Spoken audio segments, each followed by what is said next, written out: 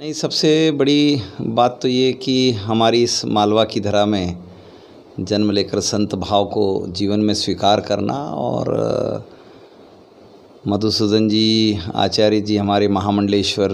की पदवी तक पहुँचे हैं, उसके पीछे का बड़ा लंबा संघर्ष है। आध्यात्मिक शक्तियों को तो स्वामी जी ने समेटा ही है, मगर सामाजिक संदर्भों में बहुत लंबा काम करने का अनुभव है, लोगों को जोड़ने की अद्भुत कला है। और उसके कारण हम देखते हैं कि प्रसंग जब छोटा हो या बड़ा हो, संत जी के आग्रह पर, आह्वान पर सैकड़ों हजारों लोग एकत्रित होते हैं और संत जी का हर आह्वान कोई उद्देश्य लेकर ही चलता है। तो संत जी के मन में भाव है कि पर्यावरण प्रदूषण से मुक्ति कि इस महायज्ञ में जब देश के करोड़ों लोगों ने मन बनाया है तो संत जी नेतृत्व देने को तैयार हैं। और महामंडलेश्वर मधुसूदन जी के नेतृत्व में शिवना नदी जो है मंदसौर भगवान पशुपतिनाथ के प्रांगण से होकर गुजरती है और चंबल में जाकर मिलती है। तो इस नदी का राजस्थान के छोटे से गांव शिवना से प्रारंभ हुआ है, वहां से लेकर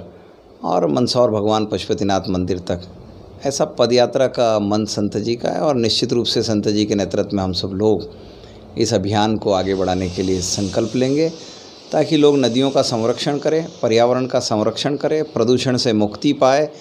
और आचमन योग्य जल हर घर आंगन में बहे, ऐसा सबका मन है, उसी मन को आगे बढ़ाएंगे। जानते हैं कि प्रकृति के बिना मनुष्य का जीवन अधूरा होता है। हम ये देखते हैं कि बरसात में पानी तो गिरता है, नदियों में बरसात के अंदर पानी भी रहता है, लेकिन गर्मी के समय आते आते नदियाँ सूख जाती है। तो इस विषय पर जब हमने मंथन किया, विचार किया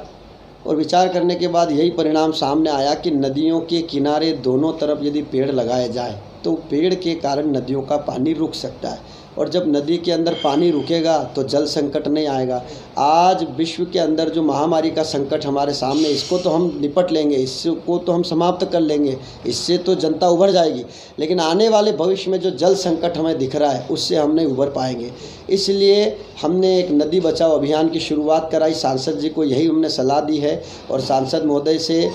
और जनता से हमारा एक ही निवेदन है कि ज़्यादा से ज़्यादा नदी का संरक्षण करें, नदी के किनारों पर पेड़ पौधे लगाएं, उसको साफ़ सुथरा रखें ताकि वो पानी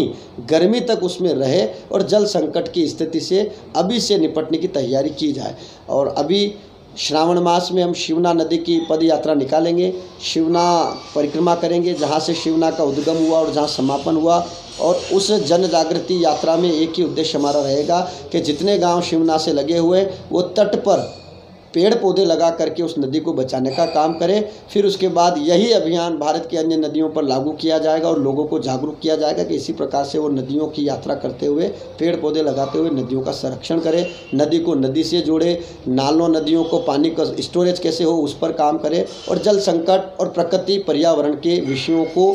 लोग गंभीरता से लें ताकि जीवन संरक्षित हो सके और प्रकृति के अंदर मनुष्य जो है सुख शांतिपूर्वक रह सके।